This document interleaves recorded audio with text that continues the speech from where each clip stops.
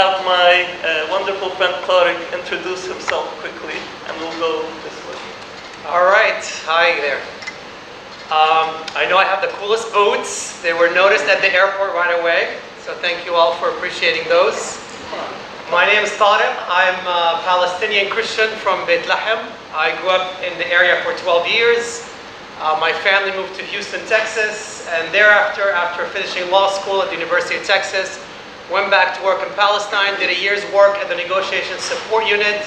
After seeing that negotiations, and as many of us know now and have known for a while, is a crapshoot in regards to getting Palestinian rights, I've dedicated the next 20 years of my life in doing grassroots organizing. I did 10 years of work on the ground in Al-Khalil. Who's been to Hebron, to Palestine, Hebron, the old city? So that's where I spent 10 years thereafter after that legal experience. And it was very much grassroots organizing, monitoring checkpoints, running after home demolitions to cover them, children pissing on themselves because of settler attacks. So that was working with the community. And then thereafter, I took on this position as director of Sabil 4 years ago. Sabil is a Palestinian Christian liberation theology. It is how do we do liberation from the Bible. I know most of us are used to the Bible being a weapon used against our communities, but for us as Palestinian Christians is how can it become a liberation tool for our people in our struggle of liberation. And so I'll be talking about that a bit along with our organization. Thank you and good to be with you all. My name is Dania Kidu. I'm the organizer for Memphis Voices for Palestine. I've started my activism when I was the age of 17, where I would just organize protests and basically go to City Hall and bombard Steve Cohen, our representative, with a lot of questions with my friends and allies. And we try to do a lot of letter writing campaigns to our representatives and inform the Palestinian community on how they can get engaged and what are the ways that we can get engaged. And of course, Memphis Voices for Palestine is an organization that works with so many other marginalized and oppressed people in Memphis, which includes, Black and brown lives and indigenous communities here. We've fought with we've raised money for the Standing Rock protesters, raised awareness in regards to that, and like the Water is Life movement that was happening, and we've stood alongside Black Lives Matter protesters. So that's what Memphis Voices for Palestine, and that's the work that I commit to as well.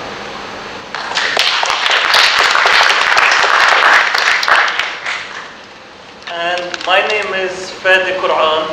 I'm from Akbira. Half of the people here are my family, I think. And it's nice to see everyone's wonderful face. Officially, I work in two fields. I'm a campaign director at a global organization called Avaz, which has 50 million members around the world. And what we do is we organize and we work with community organizations to fight different forms of oppression. So from helping communities who have had internet cut off get satellite phones, to deliver what they need to deliver to the world, to helping pass the law to ban Israeli products in Ireland, to moving and training young Palestinian boys and girls how to stay strong and resilient in arrests when they are arrested and interrogated, and much more. And the key thing we believe in is that people power can transform politics, and that the internet today, instead of being a tool where people are surveilled, where people are watched, can be used as a tool to bring communities like us together to fight oppression. And on the other side of my work, I work in the alternative energy field. And I'm active on the ground in Palestine. In Palestine, my focus is how do we build amongst the new generation, amongst young men and women, the capacity, the skills, and the power mainly to be able to break up the occupation. And part of my work this last year has been focused on how do we go from, I just came from Brazil before this trip, I was in Tanzania, going to South Africa, China. How do we ensure that instead of our enemies uniting to fight against us and oppress us, that all of us who are being oppressed come together to defeat those oppressors? And it's a pleasure to be here with all of you. Israeli technology. So where does that take us? That takes us to the point where we need to realize that today, the frontier, the first battleground for fighting for all of our rights, for breaking this system of equality, is Palestine. And who sometimes feels like Palestine is a secondary issue or not an important issue and nobody cares about it enough, and that there's an effort to hide Palestine from the media? Who feels that way? Raise your hands. All of us. Part of the reason they want to hide what's happening in Palestine from the media is not just because, for many of us Palestinians, we kind of live in a bubble. We think that there's this whole global conspiracy, and it's just about the media hates us, and the Israelis and the pro-Israel lobby control the media, and they want to hide what's happening there just to oppress us.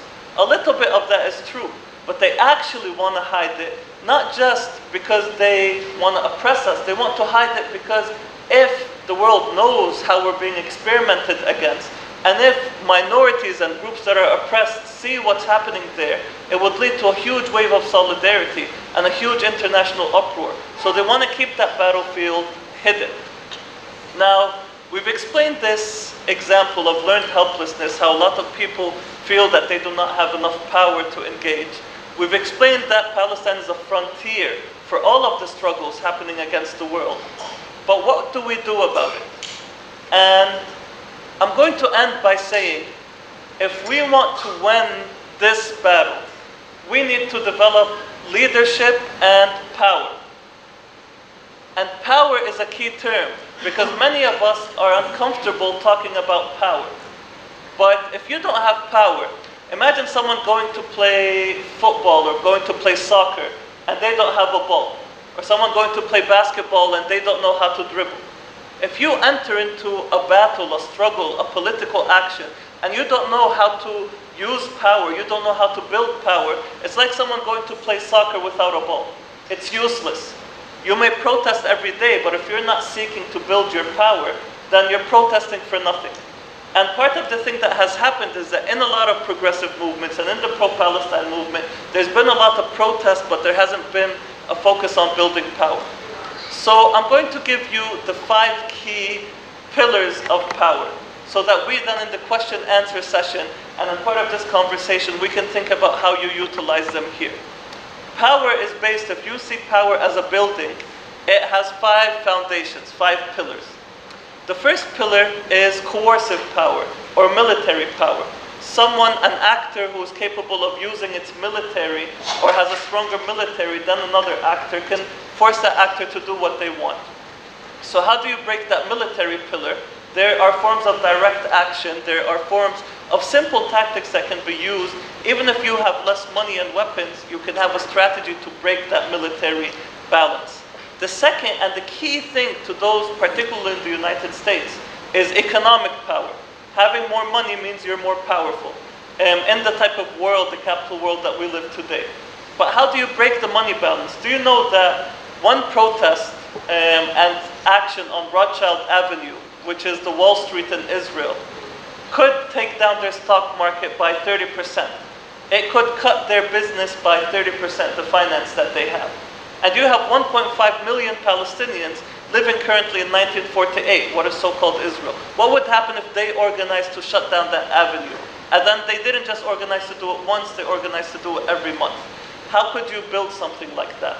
You need organized people. You need a lot of people to act together. And this takes me to the third pillar of power, cohesiveness.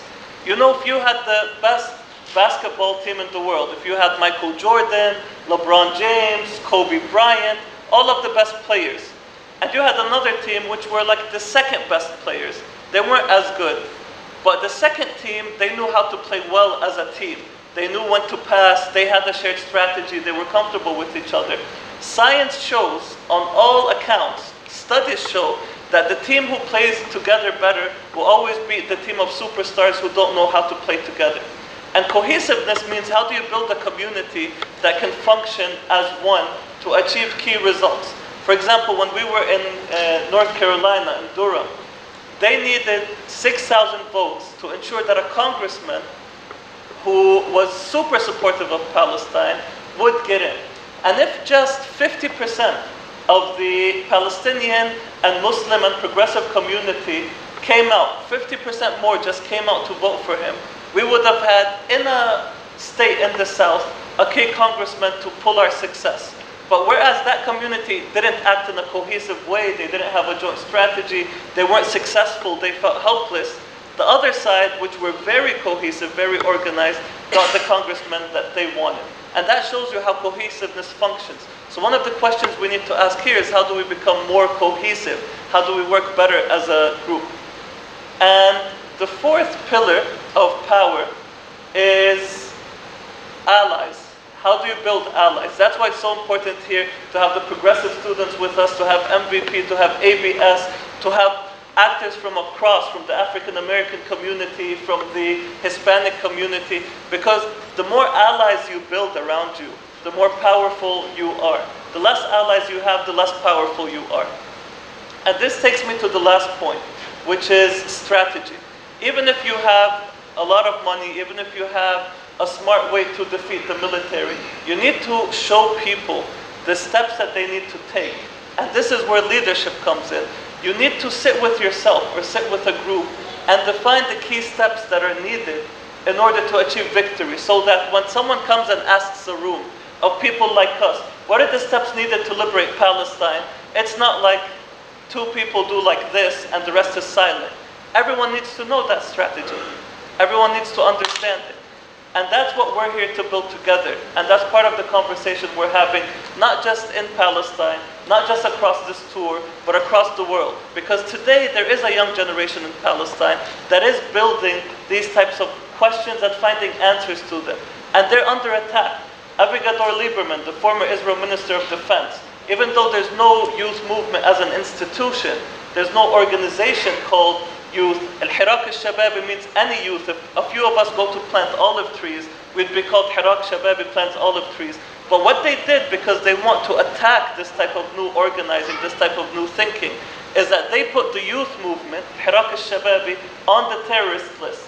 So with Al-Qaeda and with all of these organizations, now Palestinian youth who are active, just active. If we were having this conversation in Palestine, this would be considered a youth activity. They could be arrested for up to 2 years.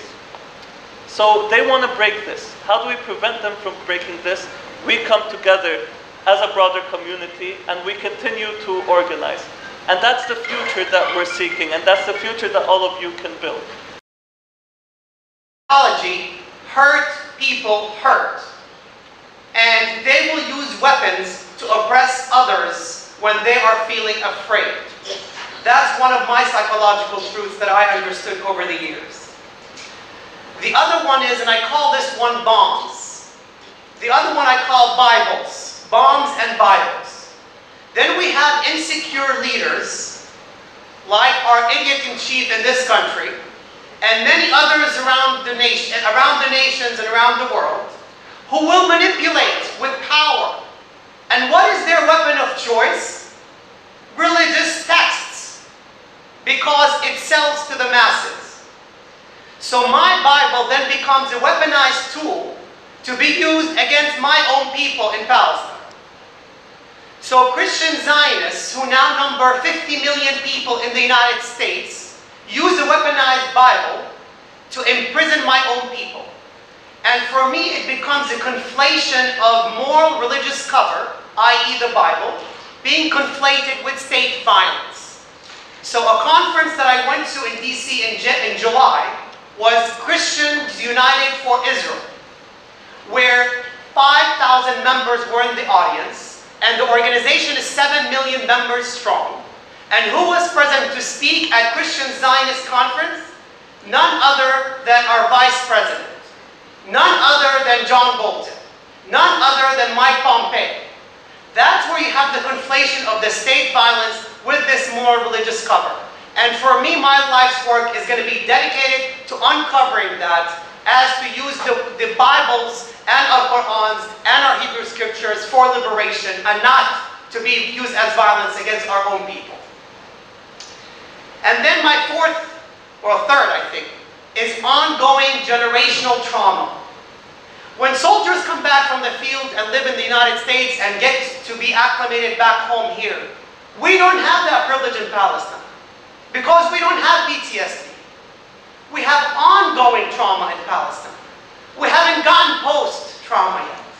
And so when I've seen children, as I was describing earlier, pissing on themselves because they were arrested by 6 soldiers, one kid was 6 years old, trying to pluck grape leaves from the side of the settlers, where the settlers were living. That kid was taken and shoved against the wall by 6 soldiers.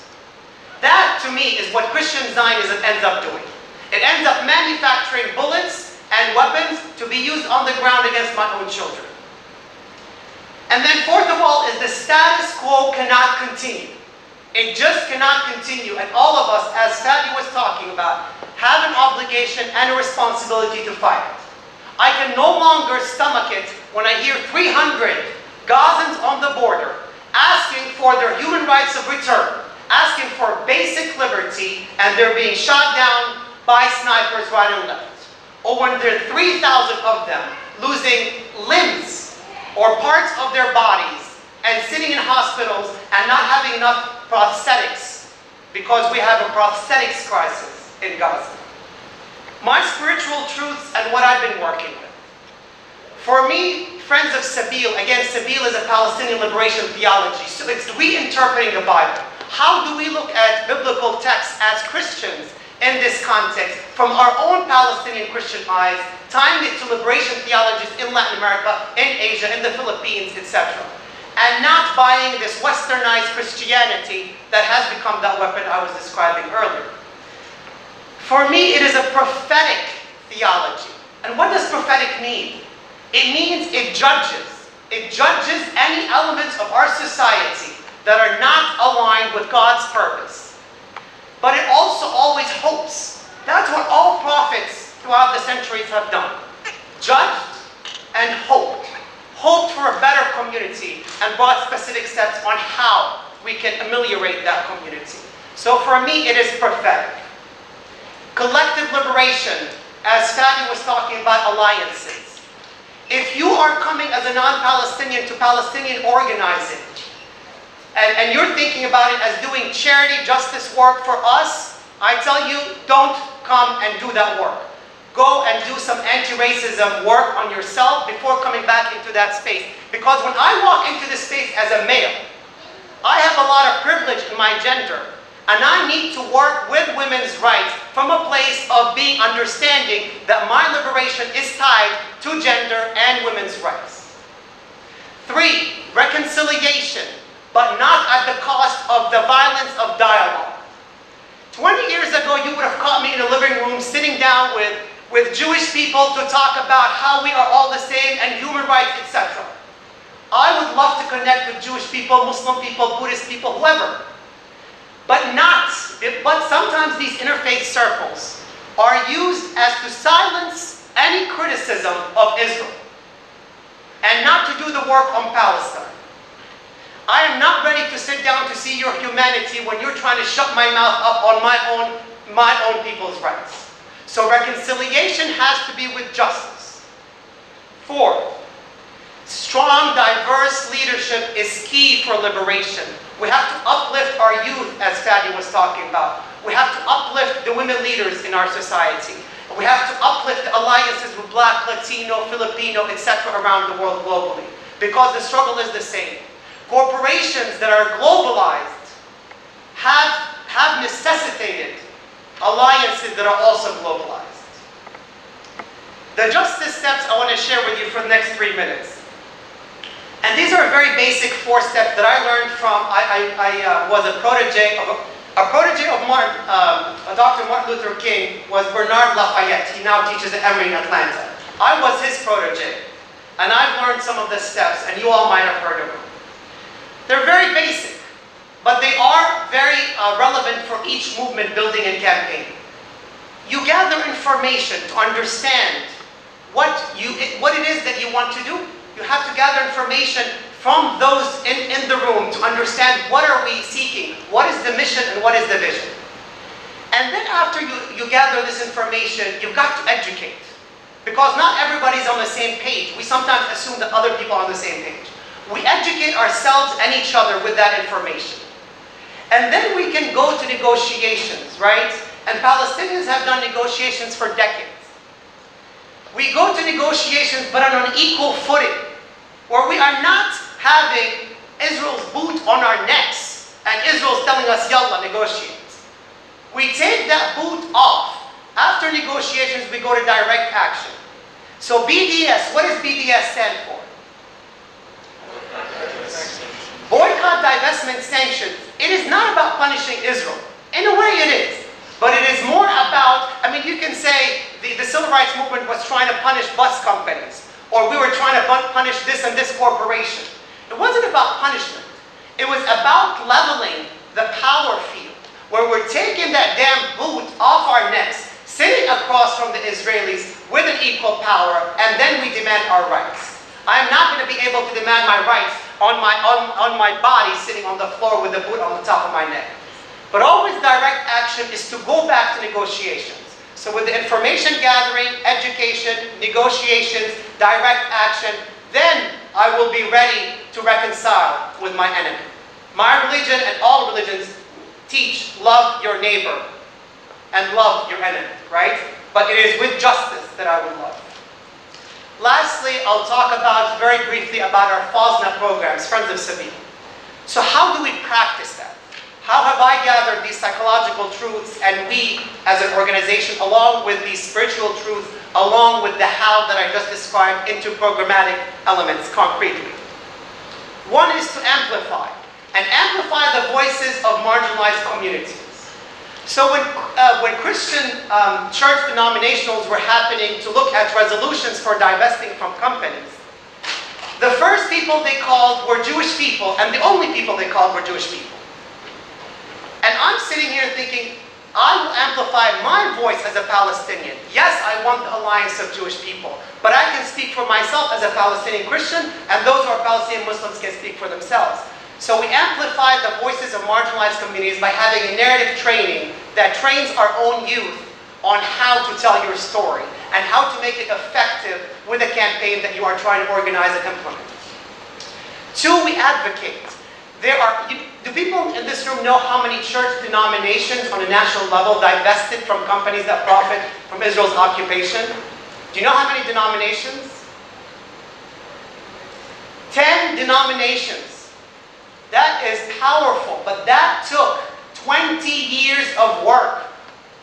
20 years of work. As a Palestinian, even as a Palestinian Christian, I was not welcomed in many churches to go up and speak. It took me sometimes 4 or 5 times to knock on the door until I was allowed to speak. At these denominational hearings, our organization gave a lot of testimony in order to implement these resolutions. And with those 10 denominations, they represent 150 million Americans. So for me, countering 50 million Christian Zionists is by countering them through doing our work in churches with 150 million.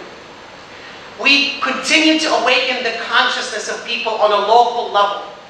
We can go to conventions and meetings nationally and pass these resolutions, but we've got to do the work locally, right? And that's what the next speaker will be talking about. How do we do the work locally?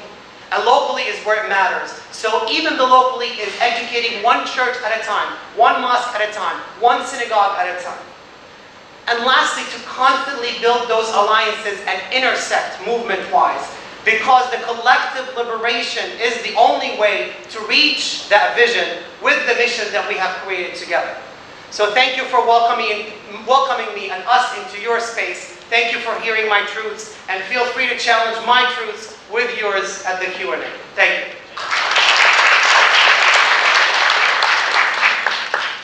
Thank you, Tarek, and thank you, Patty. Those were really hard to follow now. I just want to ask the audience a question. How many of you guys are registered to vote? Raise your hand. How many of you guys live in the city limits of Memphis? Raise your hand. How many of you guys voted in these last elections for a council member? That's honestly great. Thank you. I'm really glad to hear that. So I guess the runoff elections. When is it? District 7? And when does that end? I know, but like what's the date for that? November 14th. November 14th. October 25th through November 9th is early voting, Okay. and the election is November 14th. Elections for the runoff is November 14th. So there you guys have it. Hopefully we'll have you guys motivated and encouraged to go vote because it's extremely important. So I just wanted to start off discussing this most recent case. The ACLU, alongside other activists, sued the city of Memphis and the Memphis Police Department and won the case in 2018. There were certain activists and some of our friends had been blacklisted from entering City Hall, and the MPD were secretly and illegally collecting political intelligence on them and others. The city of Memphis had violated the prohibition of political intelligence, which was put into law in the 1970s. And I'm going to read an excerpt from this case that happened just last year. It begins. The evidence clearly and convincingly shows that the Office of Homeland Security, OHS, was operated for the purpose of political intelligence. The city has introduced evidence that OHS was initially dedicated to counterterrorism. The court finds that this purpose was eventually refocused on political intelligence. The evidence shows that officers throughout MPD came to view the Office of Homeland Security as a resource for all investigation into lawful political activity. Lieutenant Colonel Dana Simprierto asked OHS to investigate Memphis Voices for Palestine ahead of permitted protests, and OHS Sergeant Timothy Reynolds responded with an estimation of Memphis Voices for Palestine's social media following and a report of their associations with other political activists. Director, Memphis Police Department Director Michael Rawlings, ordered OHS officers to prepare a PowerPoint presentation for MPD's command staff. This presentation discussed the political beliefs and identities of political activists. I start us off right now with this passage from this case to point out that if Memphis Voices for Palestine wasn't making strides in the community, then the city of Memphis, MPD, and Homeland Security would not feel the need to illegally spy and collect information on us and our fellow allies. They are threatened by our power, and our voices will do anything to suppress us. We made it on the map, and we will continue to fight alongside oppression and white supremacy, alongside our Black, Brown, Indigenous, and LGBT allies. Both the United States and Israel are European settler colonial states built on the exclusionary ideology of white supremacy. Both states have a white ruling class that maintains its grip on power through the ongoing exploitation, killing, displacement of Black, Brown, Indigenous communities. So, MVP and as our two other guest panelists were discussing, boycott, divestment, and sanctions is an important tool.